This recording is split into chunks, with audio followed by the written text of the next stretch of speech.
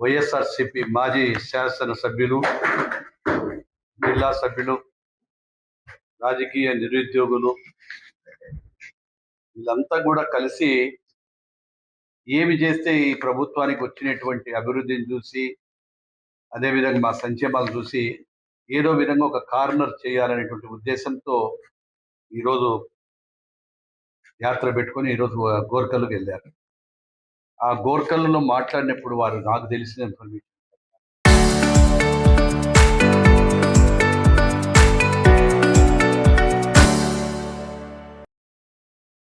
గోర్కల్లో original గా reservoir complete చేసింది మా యొక్క చంద్రబాబు నాయుడు గారి సమయంలో 2014 నుంచి 19 మధ్యన తయారు చేసి గోర్కల్కు ఫుల్ గా వాటర్ తీసుకొచ్చిన ప్రభుత్వం తెలుగుదేశం. అదేవిధంగా 8 టీఎంసీల నీటిని మొదలుకొని దాదాపుగా 12-13 టీఎంసీలు కూడా గత లాస్ట్ 2 years లో కూడా పెట్టాం. 11-12 టీఎంసీ. అదేవిధంగా దాని అభివృద్ధి కోసం కూడా ఈరోజు చిన్నగా ఎక్కడో ఒక లీకేజ్ అవి వస్తే ఇప్పటికే 54 కోట్ల రూపాయలు రిలీజ్ చేసి వర్క్ కూడా స్టార్ట్ చేయడం జరిగింది. మీకు సిగ్గు మానం ఉంటే అలగనూరు రిజర్వాయర్ పోయి ఎన్ని సంవత్సరాలైంది, మీ అయాములో పుట్టుకపోతే మీరు చేస్తే ఆ యొక్క అలగనూరు ప్రాజెక్టును ఏ రోజన్నా పట్టించుకున్నారా? 3 కోట్లతో పోవాల్సినటువంటి ప్రాజెక్టు మీరు నిర్లక్ష్యం చేస్తే అలగనూరుని ఈ రోజు దాదాపుగా 30-40 కోట్లకు పైనగా పెరిగి చాలా వరకు ఖర్చు వస్తా ఉంది. మరి దీనికి బాధ్యత మీకు కళ్ళు కనపడలేదా? మీకు అలగనూరు రిజర్వాయర్ అప్పుడు ఎవరికి మీకు కళ్ళకు బతికి రాలేదా? ఈ రోజు ఏదో ఉన్నాము మేము ప్రతిపక్షంలో, బట్టగాల్చి మొహాన పడేయడానికి ఒక టీవీ ఛానల్ ఉంది, ఒక పత్రిక ఉంది అని చెప్పి అలిగేషన్ చేసుకుని ఈరోజు మీరు తిరుగుతూ ఉన్నారు. మీరు జవాబు చెప్పండి. రాయలసీమకు కానీ ఈ 5 ఏళ్లలో ప్రాజెక్టులకు ఏమి చేశాము, ఎన్ని వేల కోట్లు పెట్టారు? మేము అసెంబ్లీ సాక్షిగా డిబేట్ పెడతాం, రమ్మని ఛాలెంజ్ చేస్తా ఉన్నాము. మీరు 5 సంవత్సరాలలో ఎంత పెట్టారు? కేవలం ఈ 2 సంవత్సరాల్లో తెలుగుదేశం పార్టీ ఎన్ని కోట్ల రూపాయలు ఖర్చు పెట్టింది, ఎన్ని వందల కోట్ల రూపాయలు ఖర్చు పెట్టింది మేము చెప్తాం. మీరు అది కాకుండా ఏదో 10 మందిలో జనాన్ని వేసుకొని తిరుగుతూ ఉన్నారు. మీరు ఏ రోజైనా ప్రాజెక్టులకు కానీ మీ నాయకుడు కానీ ఏ రోజైనా ఒక్క రోజు కూడా ఆలోచన చేశారా? 5 ఏళ్ల పాలనలో 12 లక్షల కోట్ల రూపాయలు బడ్జెట్ పెట్టారు వాళ్ళు. బడ్జెట్లేమో 12 లక్షల కోట్ల రూపాయలు. బడ్జెట్ 12 లక్షల కోట్ల రూపాయలు పెడితే కేవలం ఖర్చు పెట్టింది 2,000 కోట్లు. అది కూడా ఏంటి? డబ్బుల కోసము, లైనింగ్ కోసము, కమిషన్ల కోసము కూడా ఆ రోజు జిఎన్ఎస్ఎస్ మీద అవసరం లేకపోయినా కూడా 1,600 కోట్ల రూపాయలు అని చెప్పేసి తీసుకుపోయి అదే ప్రజలకు గ్రౌండ్ వాటర్ జనరల్గా ఏమవుతుంది, జిఎన్ఎస్ఎస్ కూడా ఫ్లడ్ వాటర్ అంతా కూడా పోతుంది. దాంట్లో ఫ్లడ్ వాటర్ వచ్చినప్పుడు ఆ 15 రోజులు, 20 రోజులు, 25 రోజులు నీరు పారితే ఆ ప్రాంతంలో అంతా కూడా గ్రౌండ్ వాటర్ ఇంక్రీజ్ అయ్యి బోర్లై రైతులు సుభిక్షంగా పంటలు వేసుకునే దానికి అవకాశం ఉంటుంది. కేవలం కమిషన్ల కక్కుర్తిపడి లైనింగ్ చేయడము, దానివల్ల కింద కూడా కాంక్రీట్ చేయడం. మరి మీరు కమిషన్లు చేసి రాయలసీమ రైతులకు అన్యాయం చేశారా? ఈరోజు ఏం చేశారో చూడాలా. అదేవిధంగా ఇసుక దోపిడీకి అన్నమయ్య ప్రాజెక్టు వరద కొట్టుకపోతే 42 మంది చచ్చిపోయినారబ్బా. ఏం ప్రాణాలు, 42 మంది ప్రాణాలు పోతే అన్నమయ్య ప్రాజెక్టును ఏమన్నా మళ్ళా దాన్ని రీకన్స్ట్రక్ట్ చేశారా? దాన్ని ఏమన్నా వెరిగినారా? మీ కింద మచ్చలు ఎన్ని ఉన్నాయో దేశంలో మంది కల్లా తెలుసు. మీకు అన్ని మచ్చలు ఉన్నాయి కాబట్టి 151 నుంచి 11కే మిమ్మల్ని బ్యాలెన్స్ చేశారు. ఇప్పటికైనా సిగ్గు తెచ్చుకోండి. ఇరిగేషన్ ప్రాజెక్టులు రావాలంటే నాడు ఎన్టీ రామారావును మొదలుకొని నేడు మా చంద్రబాబు నాయుడు గారి వరకు ఇరిగేషన్ ప్రాజెక్టుల ప్రాధాన్యం ఇచ్చిన ప్రభుత్వం తెలుగుదేశం ప్రభుత్వం అని కూడా తెలియజేస్తా ఉన్నాను. అదేవిధంగా ఆ రోజు కూడా మేము ఏదైనా గోర్కల్ రిజర్వాయర్ కావచ్చు, ఈరోజు కంప్లీట్ చేసి అన్ని కంప్లీట్ కూడా గత దశాబ్దాల కాలంగా కూడా గోర్కల్ కాకపోతే ఆ రోజు గోర్కల్ రిజర్వాయర్ మా ముఖ్యమంత్రి గారు వచ్చి దాని మీద అక్కడే సందర్శించి అట్ ఎనీ కాస్ట్ ఏదైనా కానీ కూడా మేము చేయాలని చెప్పి టీఎంసీ తీసుకొచ్చి నీళ్లు కూడా పెట్టడం జరిగింది. అదేవిధంగా 2024-25లో 60 టీఎంసీలు, ఎస్ఆర్బీసీకి 7 టీఎంసీలు పంపించాం. గండికోటకు 60 టీఎంసీలు నీళ్లు పంపించాం. 60 టీఎంసీలు గండికోటకు పంపించామంటే మీరు అర్థం చేసుకోవాలి. 25-26లో ఎస్ఆర్బీసీకి కూడా మళ్ళీ 6 టీఎంసీలు నీళ్లు పంపించి అక్కడ ఉండేటువంటి ఇండస్ట్రీస్ కర్మాగారాలను కూడా కాపాడాలి. ఇండస్ సిమెంట్ ఫ్యాక్టరీలు కూడా రావాలనే ఉద్దేశంతో వారికి కూడా నీళ్లు ఇవ్వడం జరిగింది. ఎల్నిఓ ప్రభావం ప్రపంచమంతా ఉంది. దీన్ని ఆశగా చూపించి ఎల్నిఓ ఇక్కడొక్కటే కాదు, దేశమంతా కూడా మన యొక్క టోటల్ ఇండియాలో ఎక్కడ పోయినా ఎల్నిఓ ప్రభావంతో చాలా చోట్ల కూడా చేస్తూ ఉంటే దాన్ని కూడా రాజకీయం చేస్తారు. ఏం మాట్లాడతారు వాడు మాట్లాడుతూ వాళ్ళు, చంద్రబాబు వస్తే వర్షాలు రావు అని అన్నారు, ఆంధ్రప్రదేశ్కు కరువుకు. మరి 19 నుంచి 24 మధ్యలో కోవిడ్ కరోనా వచ్చింది, దానికి కూడా చంద్రబాబు కారణమా? దానికి కూడా చంద్రబాబు పేరే చెప్తారు మీరు. అంటే ఆయన పవర్లో లేకపోయినా ఆయన పేరే. మళ్ళీ నిన్న 24, 25, 25, 26 లాస్ట్ 23, 24, 24, 25 ఉన్నప్పుడు వర్షాలు బ్రహ్మాండంగా ఆంధ్రప్రదేశ్లో ఎక్కడ చూసినా కలకలలాడినట్టు నీళ్లు. ఏ ప్రాజెక్టు చూసినా కానీ కూడా నీళ్లు ఉన్నాయి. ఏ ప్రాజెక్టు కూడా చూసినా కానీ కూడా నిండు కుండలాగా ఉన్నాయి. అటు ఏ గోర్కల్ కావచ్చు, ఇది కావచ్చు, ఏ తెలుగంగ కావచ్చు, ఎక్కడైనా కానీ కూడా అన్ని చోట్ల ఆ రోజు మాట్లాడితే దాని గురించి మాట్లాడేదిలే. ఈరోజు రాయలసీమకి ఏం చేసినారో రమ్మనండి. ఈ రోజు మేము చేస్తా ఉండేది కూడా చెప్తా ఉన్నాం. ఈరోజు వెనుకబడిన రాయలసీమ సాగునీటి ప్రాజెక్టులు పూర్తి లక్ష్యంగా పెట్టుకొని కూటమి ప్రభుత్వం 2 ఏళ్లలో 12,480 కోట్ల రూపాయలు, ఇది బడ్జెట్ అవన్నీ రికార్డెడ్ ఉన్నాయి. వాళ్ళు ఛాలెంజ్ అంటే ఛాలెంజ్ అంటారు, ఊక మొండిగా మాట్లాడతారు. మేము రండి రికార్డెడ్గా మీరు ఎంత ఖర్చు పెట్టారు, ఈ 2 సంవత్సరాలలో మేము ఎంత ఖర్చు పెట్టాము. దీని మీద జగన్మోహన్ రెడ్డి గారు కూడా రేపాం, రండి మీకు దమ్ముంటే అసెంబ్లీకి రండి, చర్చ చేద్దాం. ప్రజలు ఎక్కడిచ్చారు, వేదిక ఇచ్చారు మనకు ఒకటి. అసెంబ్లీలో ప్రభుత్వం కానీ ప్రతిపక్షాలు కానీ మీరందరూ ఎక్కడైనా కానీ ఉంటే ప్రజలకు తెలియాల్సింది మీ నిరసన కానీ మీరు తెలియజెప్పాల్సింది. రండి అసెంబ్లీకి. మీ నాయకుడు రారు చెప్పడానికి చేతగాక, మీరు అసెంబ్లీకి రారు, ప్రజాధనాన్ని తీసుకుని జీతాలు తీసుకుంటారు, మన ప్రజల సొమ్ము తీసుకొని చేసేటప్పుడు మీకు బాధ్యత లేదా? అసెంబ్లీకి వచ్చి అసెంబ్లీకి రావాలంటే పారిపోతారు. లేకుంటే చిన్నపిల్లలు లెక్క నాకు చాక్లెట్ ఇచ్చే వస్తా, నాకు ఐస్ క్రీమ్ ఇచ్చే వస్తా, లేకుంటే ఐస్ క్రీమ్ అంటే ఏంటి, ఆయన ప్రతిపక్ష హోదా ఇవ్వాలంట. ప్రజలు ఇయ్యని ప్రతిపక్ష హోదా నీకు ఎక్కడ తెచ్చిస్తాము? ప్రజలే మీకు ఇవ్వలే. ప్రజలు ఇయ్యని అత్యవసర హోదా జగన్మోహన్ రెడ్డి గారికి ఎందుకు ఇస్తారు? మిమ్మల్ని అందుకే ప్రజలంతా కూడా ఆ రోజు చెప్పారు. అదేవిధంగా 26, 27లో 10,014 కోట్ల రూపాయలు కేటాయింపు చేసి ఇప్పటికే ఖర్చులు మొదలు పెడతా ఉన్నాము. ఒక అనంతపురంలోనే 3,700 కోట్ల రూపాయలు పని చేశామని చెప్పి వైసీపీ మాజీ ఎమ్మెల్యే, మీ ఎమ్మెల్యేనే, మీ వైసీపీ పార్టీ విశ్వేశ్వరరెడ్డి గారు కూడా చెప్పడం జరిగింది. క్లియర్గా మీరు కూడా చూశారు, వీడియోలు చూశారు, వాళ్ళంతా చేస్తున్నటువంటి కూడా చేస్తారు, మేము చేస్తాము. రికార్డు టైంలో 100 పని పూర్తి చేసి 5,540 కోట్లు ఖర్చు చేశాము. 54 టీఎంసీలో నీటిని 240 రోజులు, ఇది కూడా ఒక రికార్డు. తెలుగుదేశం ప్రభుత్వం ఏ పని చేసినా ఒక రికార్డు ఉంటుంది. దానికి కూడా 54 టీఎంసీ నీళ్లు తీసుకుపోవడానికి 240 రోజుల్లో పని చేశాం. అది మా యొక్క రాయలసీమ మీద ఉండేది. అదేవిధంగా 100 ఫేజ్ 2 కింద 1,180 కోట్ల రూపాయలు రేపు ఖర్చు చేయబోతా ఉన్నాం, మొదలు పెట్టామని. రాయలసీమ హార్టికల్చర్ కోసం 1,00,000 కోట్ల రూపాయలతో ఈరోజు ప్రాజెక్టు తయారవుతా ఉంది. ప్రాజెక్టు ప్రజల్లోకి తీసుకెళ్తా ఉన్నాం.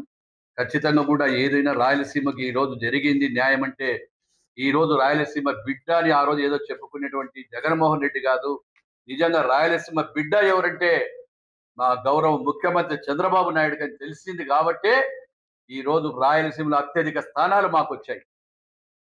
మీరు గతంలో మీకు ఇచ్చారు రాయలసీమ ప్రజలు. 2019 ఎన్నికలలో మీకు అత్యధిక స్థానాలు ఇచ్చారు రాయలసీమ ప్రజలు. మరి ఏం చేశారు మీరు? ఏ ప్రాజెక్ట్ చేశారు చెప్పమని. ఫలానా ప్రాజెక్టు మేము చేసినామని చెప్పమనండి. పైలాన్లు ఆడ కుందూరు దగ్గర చుక్క పైలాన్, ఆడ పైలాన్లు వేశారు. దాన్ని రాజకీయంగా తీసుకుపోయి లిఫ్ట్ ఇరిగేషన్ కూడా సర్వనాశనం చేశారు. దానికి కౌంటర్ కూడా సరిగ్గా వేయలే.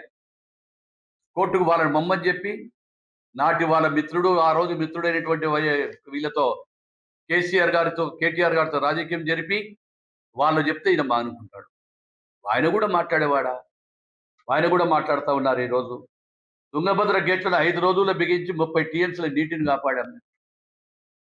ఏది చేసినా ఒక చరిత్రలో చేస్తాము.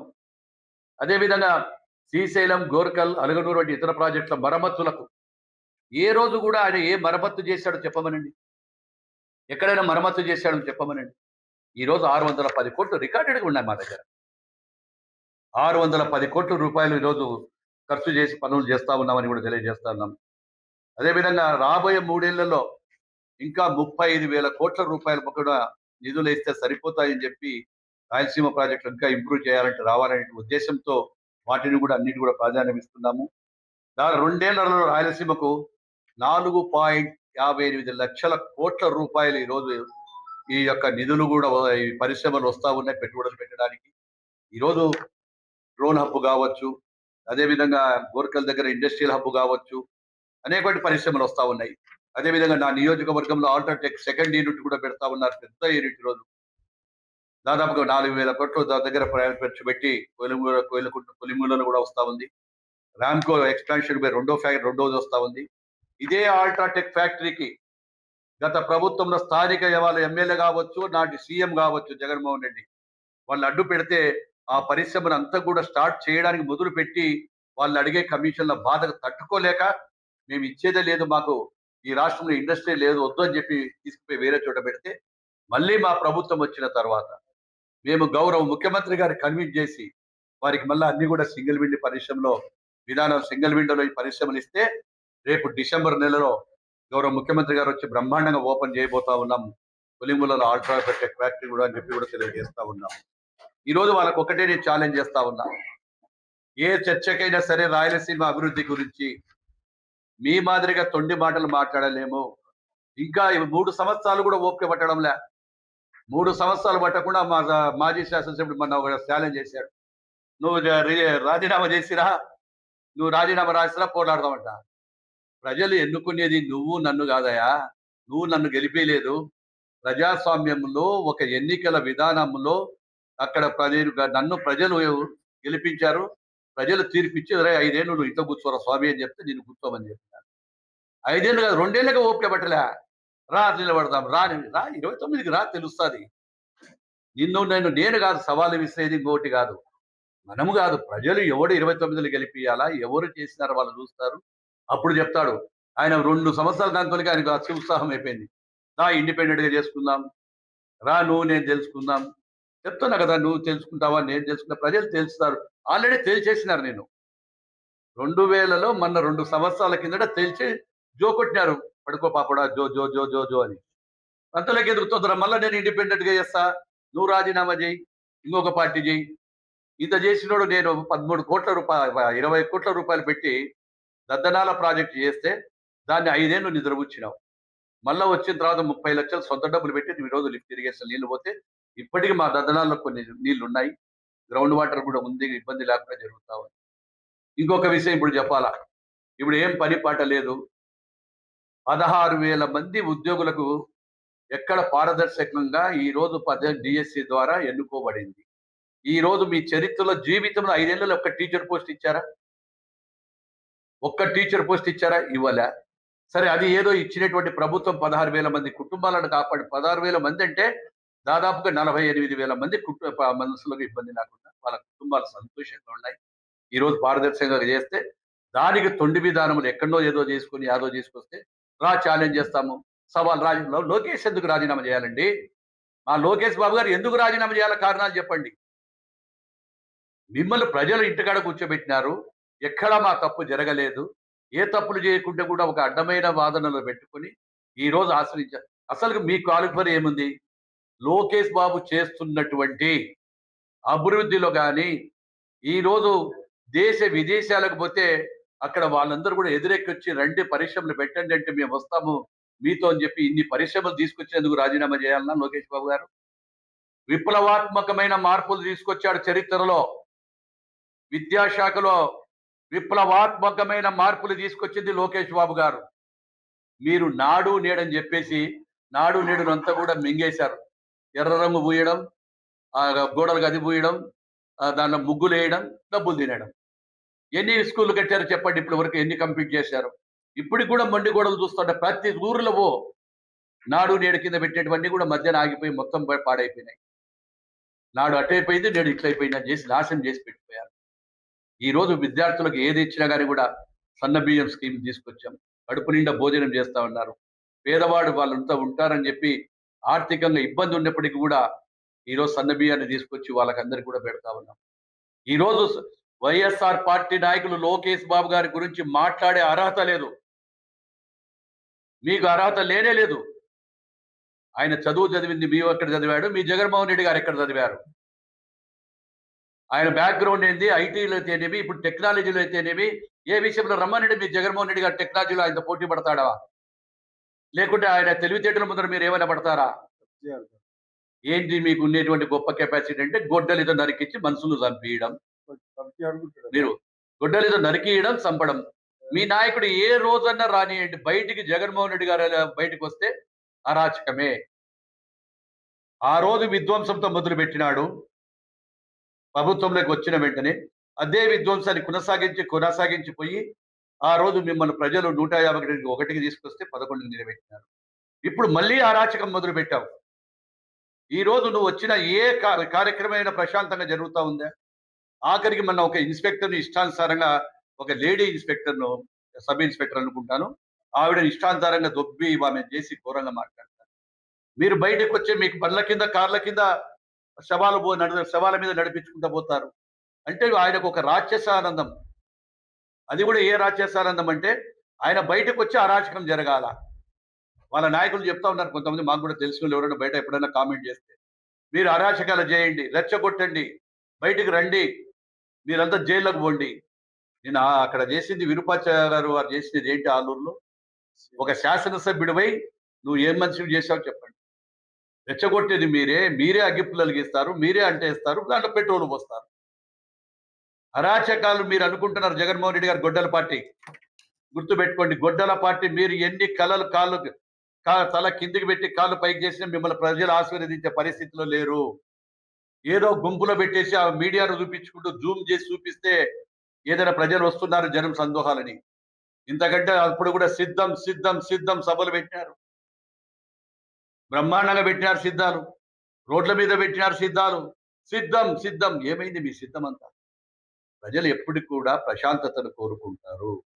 ఎప్పుడు కూడా ఏ ప్రదేశంలో అయినా ప్రజలు శాంతియుతంగా ఉండాలా, ప్రశాంతంగా ఉండాలా, గ్రామాలు బాగుండాలా. ఇప్పటికి కూడా మా ముఖ్యమంత్రి గారు ఎవరు మేము తప్పు చేసినా గానీ కూడా మేము మంత్రులం కావచ్చు, శాసనసభ్యులు కావచ్చు, ఎవరైనా తప్పులు చేస్తే వాళ్ళకి శిక్ష తప్పదు. ఖచ్చితంగా వాళ్ళ మీద యాక్షన్లు తీసుకుంటారు. మా కార్యకర్తలు కూడా చెప్తున్నాం, మా కార్యకర్తలు కూడా బాధలు ఉన్నా గానీ కూడా సరే మేము లీగల్‌గా ఏం ఫైట్ చేయాలనో ప్రజాస్వామ్య పద్ధతిలోనే మేము ఫైట్ చేస్తాము. ఖచ్చితంగా చేస్తాం. కాబట్టి ఇప్పుడు వైఎస్ఆర్ పార్టీ నాయకులకు ఒకటే చెప్తా ఉన్నాం. మీరు ఎన్ని కుండలు పుట్ట తిరిగినా, ఎన్ని చెరువుల దగ్గర తిరిగినా ప్రకృతి మాకు సహకరిస్తా ఉంది. మళ్ళీ ఎక్కడో నీళ్లు వచ్చినాయి. ఖచ్చితంగా కూడా ఈ యొక్క రైతులకు ఏ విధంగా చేయొచ్చు అనేటువంటి సుదీర్ఘంగా కూడా అధికారులతో మాట్లాడాము. త్వరలోనే ప్రభుత్వం నివేదికలు ఇచ్చి గౌరవ ముఖ్యమంత్రి గారి దృష్టికి తీసుకెళ్లి వాటి మీద కూడా తీసుకుంటామని చెప్పి